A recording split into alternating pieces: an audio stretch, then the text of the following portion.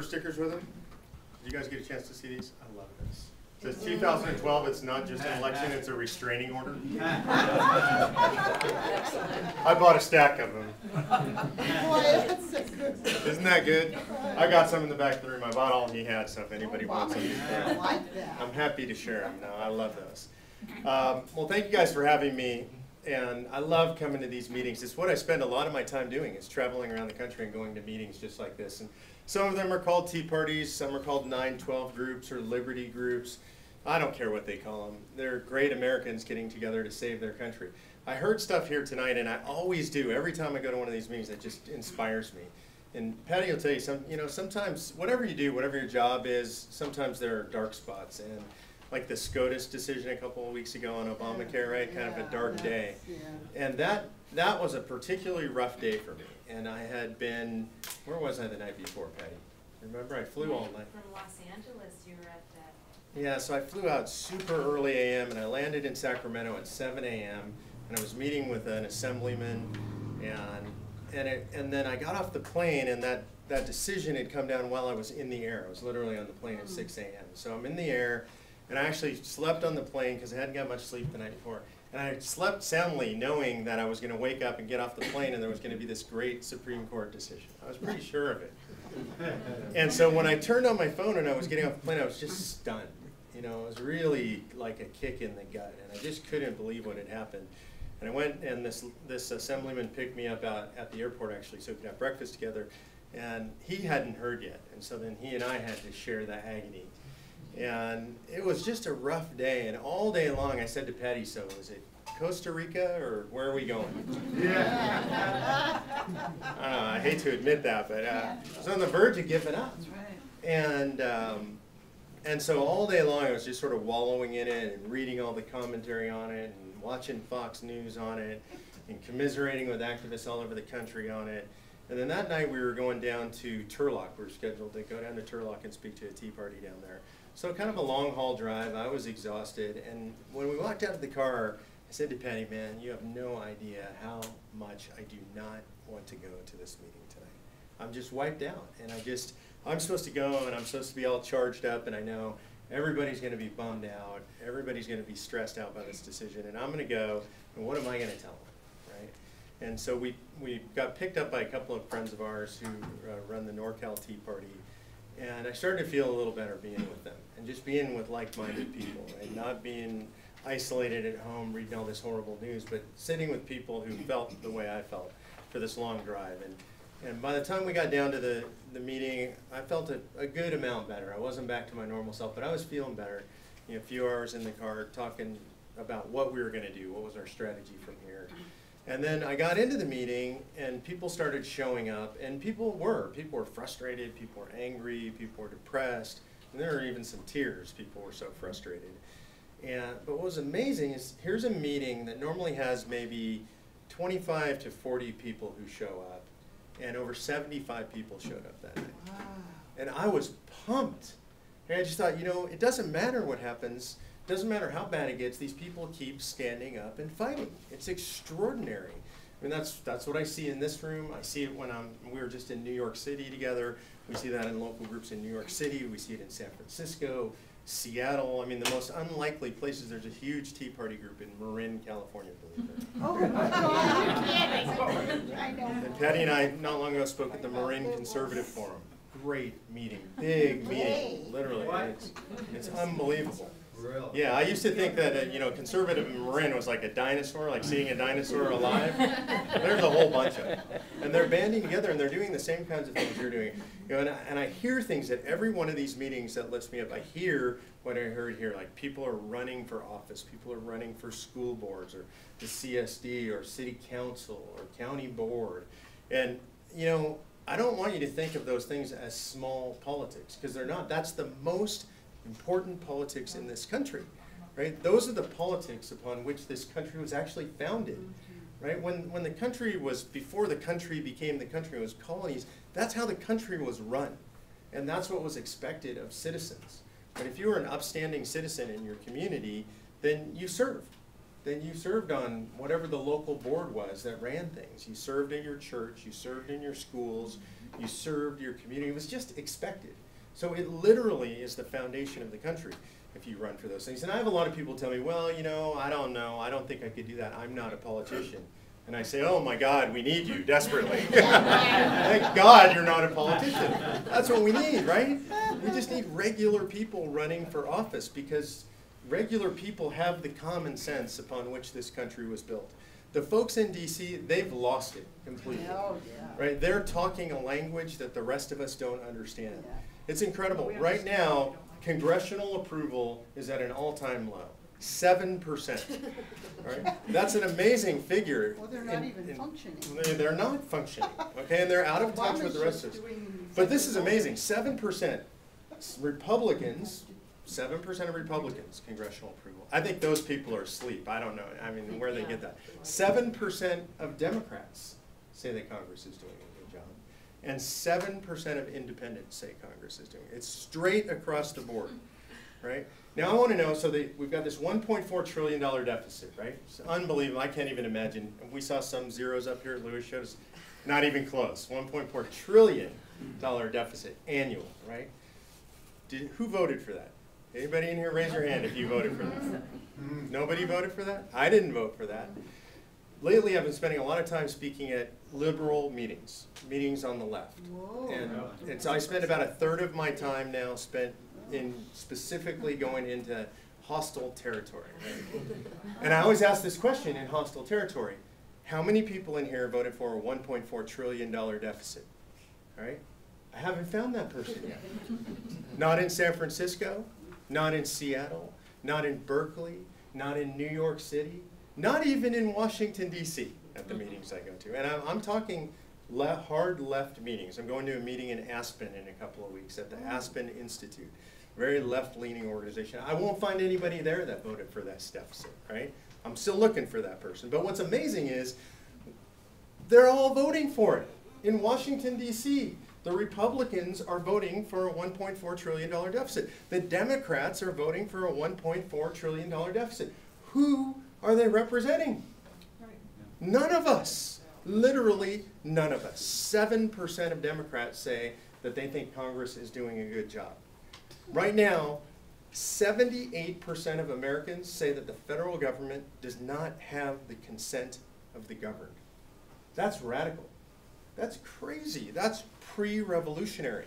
Like we're saying as an American public, the vast majority of us, 78%, that means Democrats, independents, Republicans, we're saying that the federal government no longer has our consent. That's not good. That's a bad thing.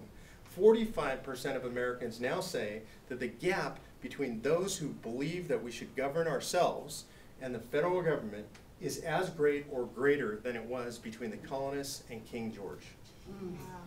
Okay, these are tragic numbers. These are scary numbers. These are pre-revolutionary numbers. The disconnect between Washington, D.C. and us, the disconnect between Sacramento and us is outrageous. You heard the deficit figures in Sacramento. You heard the amount that Sacramento is upside down. Who voted for that? Nobody in California will tell you they voted for that. Governor Brown did. You know what? The men and women in those offices, many of them voted for that, but the constituents didn't. And the reason I'm saying this is because there is something happening in the American body politic that is unusual, that is extraordinary, and that is very positive right now. And that is, you're not as far apart from your liberal friends as you might think you are. This is really important. Anybody know how to argue with liberals? Is it hard to argue with liberals? No, it's pretty. We're learning. I'm not saying win, but you know how, if you say Obamacare, you can start an argument with liberals, right? Do you need any more words than that? No. You tell them the truth. Right? So it takes very few words to start an argument with somebody that you believe is across the political divide. The question is, can you avoid having the argument and can you find the common ground? That's much more important, right? Because what the politicians want, they love it this way. It's working for them. They're reelected year after year after year. You know, you ever hear people say, well, Americans hate Congress, but they love their representative, right? You hear that? That's a lie. That's a lie perpetrated by politicians. Patty and I spent last weekend with Scott Rasmussen. You guys know Rasmussen reports?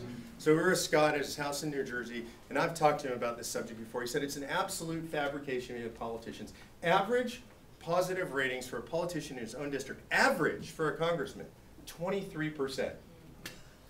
Right? So we love them? No, we don't love them. We hate them. And year after year after year, they get reelected. Right? So what's their incentive? They don't care about us. They're totally disconnected from us on both the left and the right and the center. It doesn't matter. They're almost all disconnected from us. Right. And the American people are realizing this, and they're realizing this all across the political spectrum. The reason I go out and speak at these progressive groups is I have to prove to them, in the same way I have to prove to my friends on the conservative side, that we have more in common as a people than we have separating us. A lot more. Right, so the criminal justice system, does anybody in here think that the criminal justice system is working beautifully in this country? We've got a sheriff in. I know he doesn't think so. But the politicians do the same thing year after year after year. Right? Guys like the sheriff, if they try to change anything, they run up against the blob. He knows a lot of things, I'm sure, that need to be done to fix it, but there's so many rules, and the government gets in his way and prevents him from improving it. You know what? You guys feel that way. I go to a meeting full of people on the left, they absolutely feel the same. And they feel the same. They know our jails are overcrowded. They know we've got all kinds of problems throughout the system from the bottom to the top. They want something done about it, and they feel like government's doing nothing about it. Government's in the way. How many people in here think our education system is a mess? Yeah. So I go into a meeting full of people on the left, right? Yeah. I was at the Guiding Lights Forum. I want to just give you an idea of how left this is. Guiding Lights Forum in Seattle. I'm one of the keynote speakers. The other keynote speaker is Van Jones. Oh. Okay, did I demonstrate my lefty cred there? Okay. So when I have this conversation, I say, how many people in here believe our education system is broken? 100% of people raise their hands, right? I say, how many people in here think that the teachers' unions are doing a great job representing our kids and taking care of our kids?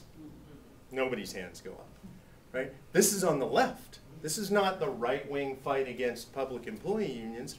This is on the left. I was sitting with the woman who runs Rock the Vote. Have you guys ever heard that? Yes. Yeah. It's a youth vote registration effort on the left. Did a great job in 2008 registering young voters on the left. Oh. I'm sitting with Heather. She's the president of this organization, and she said, this was a couple weeks ago in LA at a very lefty event in LA, and she said, the weirdest things going on in the left market, there's this huge fight developing between she says her words, she said, what I call brain-dead Democrats who support unions no matter what, and responsible Democrats. Yeah.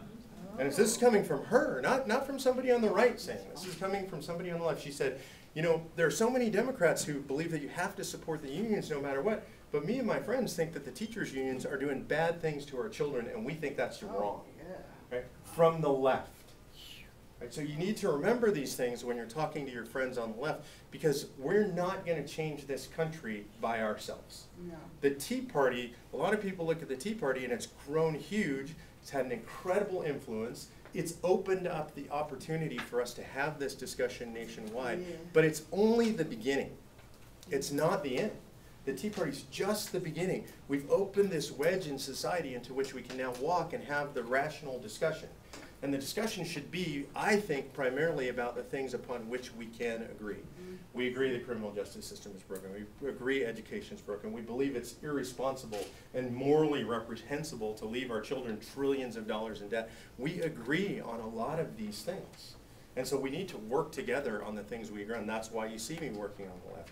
I'm on an advisory board for an organization called Why Tuesday, whytuesday.org. Has anybody ever heard of that? No. So we vote on Tuesdays, right? That's our national general election. Yeah. Why Tuesday? Anybody know Why Tuesday? No. So if you go to their website, it's really great because they ask all these prominent politicians, why do we vote on Tuesday? John Kerry, why? Not one of them knows. All right? I didn't know. But they don't read the reason we vote on Tuesday was because we were an agrarian society in the 1800s. And much more of a religious society in the 1800s. And so, well, you couldn't vote on Sunday because that was a day of worship, right? And you needed at least a day for most people to get on their wagon or their horse and go into town to some place where they could vote. So Saturday doesn't work, Sunday doesn't work. So, well, say worship on Sunday, travel on Monday into town, and vote on Tuesday. It's a good reason in modern day 310 million person America, right? It's crazy. Wouldn't it be better if we voted on Saturday so it'd just be easier for more people to vote? Don't you guys think that would be better?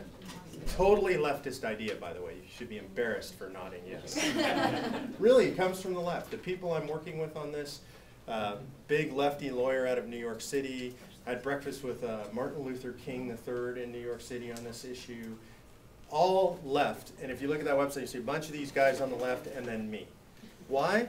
Because it just makes sense. I don't care that they're on the left. All they want to do is empower more people who are not dead to vote. I think that's a really good thing. And so these kinds of ideas are important, these citizens getting together.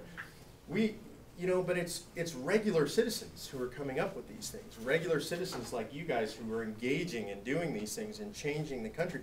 And that is the way it has always been in this country. I think we have a very warped view of history in this country. We look at history through the lens of Madison and Jefferson and Adams and Washington, right? The founders, great men who were generally articulate and well-written and well-read, and they said inspirational things and they gave speeches, and we think that is the American Revolution. It's how I was taught the American Revolution. The American Revolution is actually very different than that. It's not eloquent, it's not graceful, it's not men and women who gave big speeches. The American Revolution was waged by regular people. Jefferson wrote a letter about a year before he died, and it's one of the most extraordinary letters I've ever written in its humility. And in the letter, he wanted to make sure that he was not remembered for what happened. He wanted to make sure that the American people were remembered, and he was trying to explain that the Declaration of Independence was nothing new. It was not some incredible idea that he or the men who had worked on it invented, that all they were trying to do was express what was commonly believed at the time, that it came from the people. Most people don't know there were almost 90 declarations of independence across the colonies issued, formally signed in local committees and at the state or the colony level before the Declaration of Independence. Some people argue that the Mecklenburg Declaration of Mecklenburg, Tennessee, sounds good. Mecklenburg, I like that. They say that was the one around which the actual United States Declaration of Independence was drafted. But think about that. All over the country, in communities just like this, they were saying, we've had enough, it's up to us, and we're declaring independence. So this is what we're doing today. This is the way it works in America. This is in our DNA. It's always been this way. At the root of all of this is a simple concept called self-governance, right? We all know what that means internally. It means that we should be in charge of our own destiny. And it seems so simple to us, but it's not common in the world. If you look at the sweep of world history is like a pendulum, right? And it swings back and forth from tyranny to really bad tyranny. Right? That's really, when you read your history, if you go way back, that's what it is. It's either bad or really bad. It's either despots or tyrannical despots. And that's the history. And then there is America. And how could that possibly have happened with that entire world history unfolding before that time? We were unique in our time and place. And when you look at the way we developed, it's not how we really learned it in school. The way I learned it in school is you had the Pilgrims, you had the Jamestown settlement, and then there was the American Revolution, right? I mean, it's kind of really what we learned. What happened in between there? How long was that? A few years, a few decades? I didn't honestly know until this movement started and I started reading history. How many people are reading more history now than they've ever read in their life? That's a great thing, by the way. David Martin's series. So the time period between Jamestown and the American Revolution was 180 years, roughly. 180, 5 generations. Think about that. 5 generations, people were left alone to figure out how to govern themselves. They didn't have a choice. The crown didn't care, and if the crown did care, there really wasn't much they could do about it. So people were over here, they were in the colonies, they had to figure out how to govern themselves. And because of that experience, they designed something entirely different than what had been seen before in history. And they just figured it out on their own. So that's, I believe, literally coded into us. It's unique. The American experience is unique. And that's what we're fighting for today. So when I hear Lewis come up and talk about the numbers, I'm infuriated because they're taking away our liberty. When they put us in that kind of debt, who's going to pay that off? Yeah. We are. That's a form of servitude, right? That's what they're doing to us. They're taking away our liberty. They are spending not only the money we have right now, but they are spending away our future. That is a form of servitude. It reduces our liberty. Every dollar in debt reduces your liberty, right? When I hear Sue come up and talk about Agenda 21 and talk about how they're taking away our property rights, property is a fundamental right, right? It is liberty. You know, one of the things, one big mistake that I think the founders made, if I may be so bold, is there's a guy by the name of Frederick Bastiat who was writing about liberty in France. Right? The Law is a great book, very easy to understand. And he was ahead of the founders by a long time. They had all read Bastiat. Life, liberty, and the pursuit of happiness, the founder said, right? Bastiat would have said, and property. Yes. And property, because property is fundamental. How do you get property? You invest your time, your liberty. You make a choice. Your freedom to do as you see fit is invested in productive effort, and that results in property. So your property is a direct result of your labor, which is your liberty, your free choice. So when they take away our property, it infuriates me. They're taking away our liberty. Sue said it was complicated, and they use these big books to try and make it complicated. It's not that complicated. Do you own your property? Yeah. Then it's your property. And it's really that simple. We need complicated zoning laws, right? What would happen without complicated zoning laws? Yeah. How bad would it be here in El Dorado County without complicated zoning laws? Can you imagine the chaos? Has anybody in here ever been to Houston? Yes. Yeah? No zoning laws in Houston. Oh, really? 0 zoning laws in Houston. Oh. The first time I went to Houston, I drove around Houston with the specific idea that I was going to see what happened when you have how crazy do people get, right? Is there a Taco Bell in the middle of a residential subdivision? I wanted to see. You know what's amazing? There are shopping centers near where people live where they would want to shop. Why would somebody do something without the government forcing them to? Like the developer actually built something where somebody would want it. It's incredible. And even better, what I found was there were actually office towers relatively close to dense residential areas so that people didn't have to commute a long way to work in traffic. Wow, without the government forcing anybody to do that. It's extraordinary. There's an author by the name of Joel Kotkin who I read all the time, and he's a demographer based out of Los Angeles. I highly recommend him. His website is Joel, Kotkin. And he is an advisor to the mayor of Houston and to the mayor of Los Angeles. And I've met and talked with Joel. I'm supposed to talk with him next Monday. And he says, you know, Mark, I get on the phone with the mayor of Los Angeles and his staff, and they pay me, and I generally end up screaming at them. And we have these calls like twice a month, and basically I'm telling them, you idiots, can you do anything right? And he said, and then I get on the phone with the mayor of Houston and his staff, and it's just beautiful. And the city is thriving, and they're drawing people from all over the country. It's one of the fastest growing metro areas in the nation. And I'm trying to tell the mayor of LA, look, I work with the mayor of Houston. I know what's going on. Please do what they're doing. Not a chance, right? There's not a chance. So common sense is out there. Government is in the way. And it's not that we believe in no government, right? Anybody in here say no government at all? Zero government? Now there's one anarchist. I have to identify the one anarchist in the crowd. He's a speaking for the teens. So the idea is the scale. We have a problem of scale in this country, right? There's almost nothing that you can do well for 310 million people. Can anybody design a healthcare program that will fit 310 million people? It's not possible. It's not whether it's Obamacare or you can't do it at that kind of a scale. You know what my fear is? You hear Mitt Romney talking about, well, we're going to repeal and replace. Yeah, it worries me too. Oh my God, right? So that presupposes what? Where is the solution coming from? Federal government, right? I guarantee you it's going to be a disaster. I don't even have to know any details. It will be a disaster. That's the wrong presumption. The right presumption is that Maybe the states should decide, maybe communities should decide, maybe individuals should decide, but certainly not the federal government. Are the Republicans good about giving up power back to the states? No.